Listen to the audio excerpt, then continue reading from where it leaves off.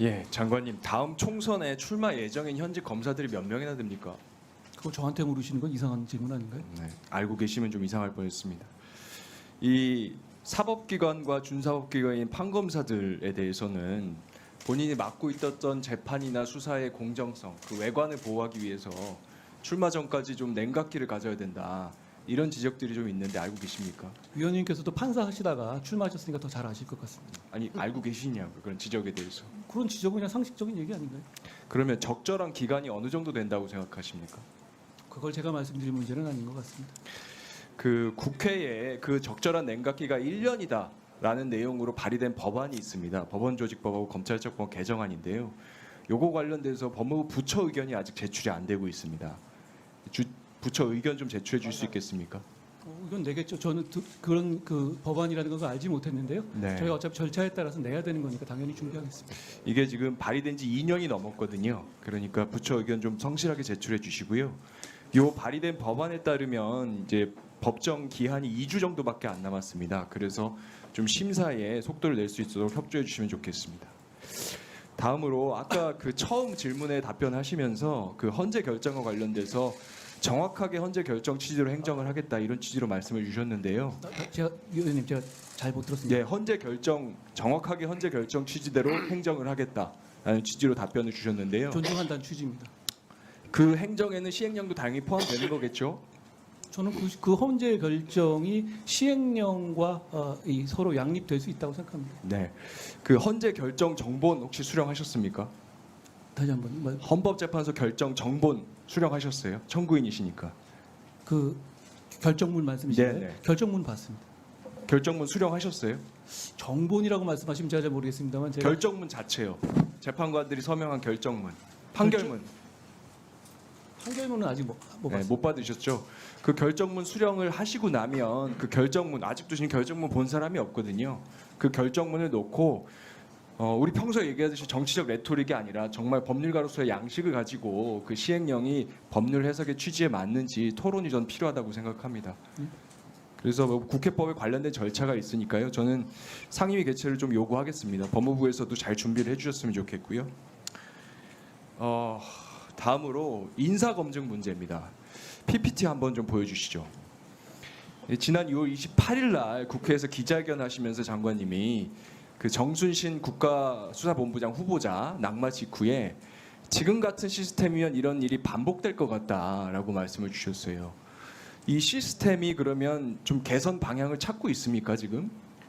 지금 그 간단하게 설명드리면 이 본인한테 묻고 하는 절차는 사실 저희가 아니라 대통령실에서 진행하거든요. 질문을 보내고 하는 거. 그런데 그 질문지를 보완하고 그리고 그 본인의 동의하에 받을 수 있는 범위, 그러니까 판결문이나 공적 자료들을 더 많이 받는 방향으로 지금 대통령실에서 여러 가지 그 이 시도를 하고 있고 저희도 거기에 실무적인 의견을 드리고 있습니다. 아시다시피 근데 이게 뭐 영장을 받거나 그 의사에 반한 방식으로 수집할 수 있는 부분은 한계가 있기 때문에 그 개인정보를 말씀을 하셨는데 전날 그 기자회견에서 개인정보법 관련돼서는 당사자 동의를 받으면 되지 않습니까?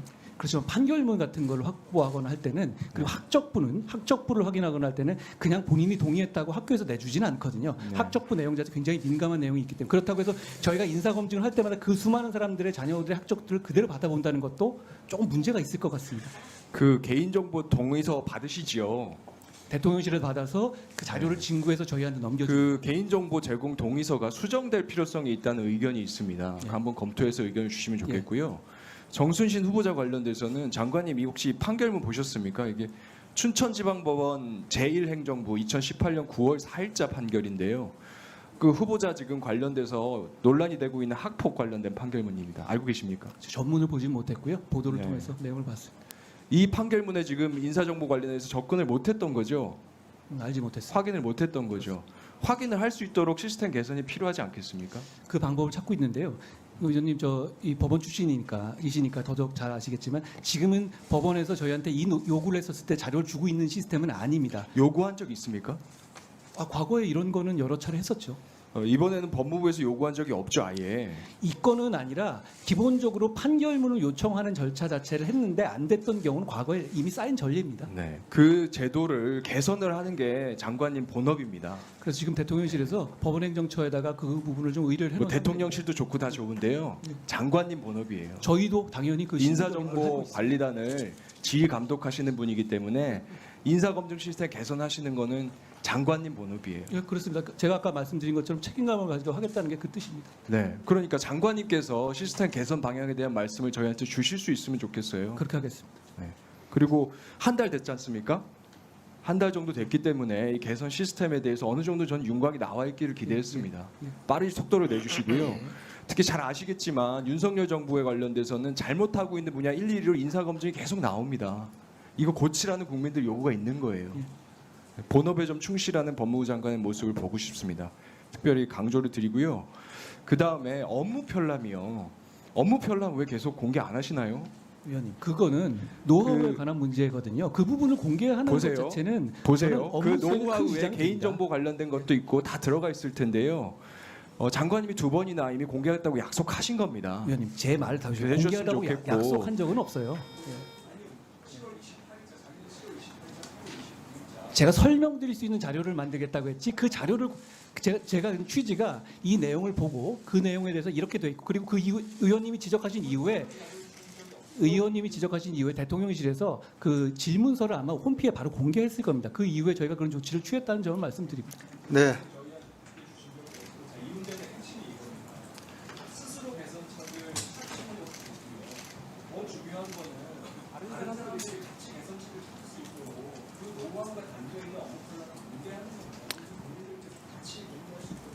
위원님, 이게 위원님, 요건 그냥 어차피 저희가 건설적인 차원에서 말씀드리면 이 검증이라는 문제가 강도를 무한히 높이면 사찰이라든가 이런 문제가 될 수 있죠. 그리고 이탄희 의원님, 그 얘기를 이탄희 하는 게 의원님 아니라 정리합시다. 그런데요. 그런데 문제는 그것을 저희가 저는 저 이슈가 있었다면 당연히 반대했을 겁니다. 예. 자, 말씀드렸다시피 그 내용을 저희가 알았다면 당연히 그냥 넘어가지 않았을 것이라는 말씀드립니다. 예, 찾아보겠습니다.